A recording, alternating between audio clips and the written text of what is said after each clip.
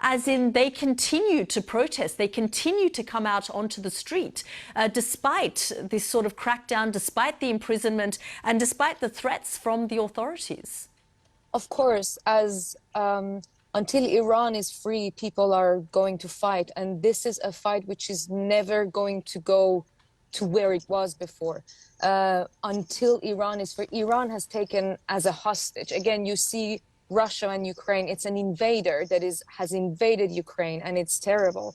Where Iranian nation has been taken hostage by this regime that doesn't care about anything else but their own interests. They constantly talk about the breakup of Iran, and if they're not there, Iran is going to break up, where the least attention they have given is to Baluchistan, to Kurdistan, to all these different regions of Iran. They don't care about Iran at all. They only care about their interests, their pockets. So, of course, this fight is going to go until Iran is free. This will never stop, as the same in Ukraine.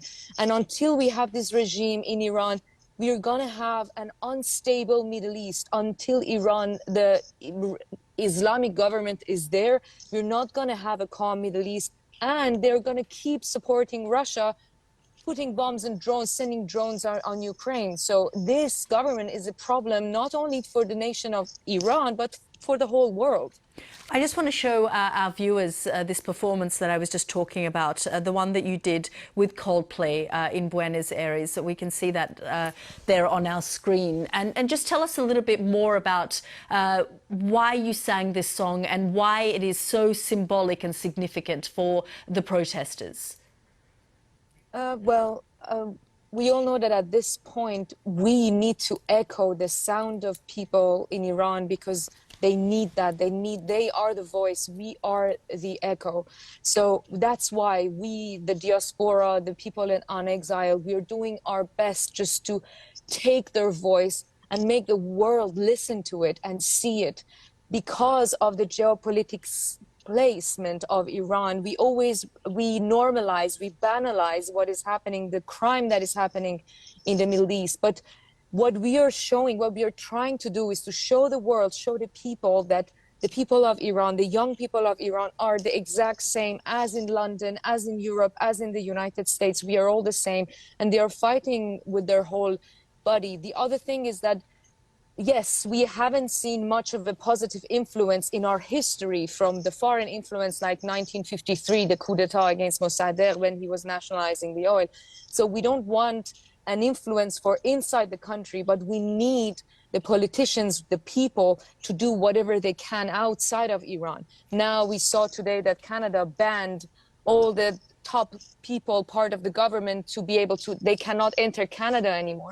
This is what needs to happen all over the world. I mean, are you satisfied with the response from the international community? You live in France. Emmanuel Macron has said in the last few days in an interview that he supports further sanctions, and he's described the crackdown as unprecedented.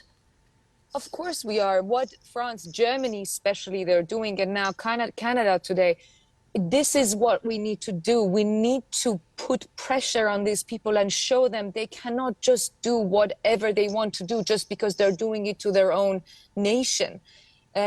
Iranian people are defenseless. They are fighting with their bodies. They're dying on the streets. Teenagers, children are dying on the streets. But because they are basically doing it to their own country, the international community, they are a bit confused sometimes. But of course, that's what we want. What happened today in Canada, that these people cannot enter Canada anymore, this is a great celebration for us.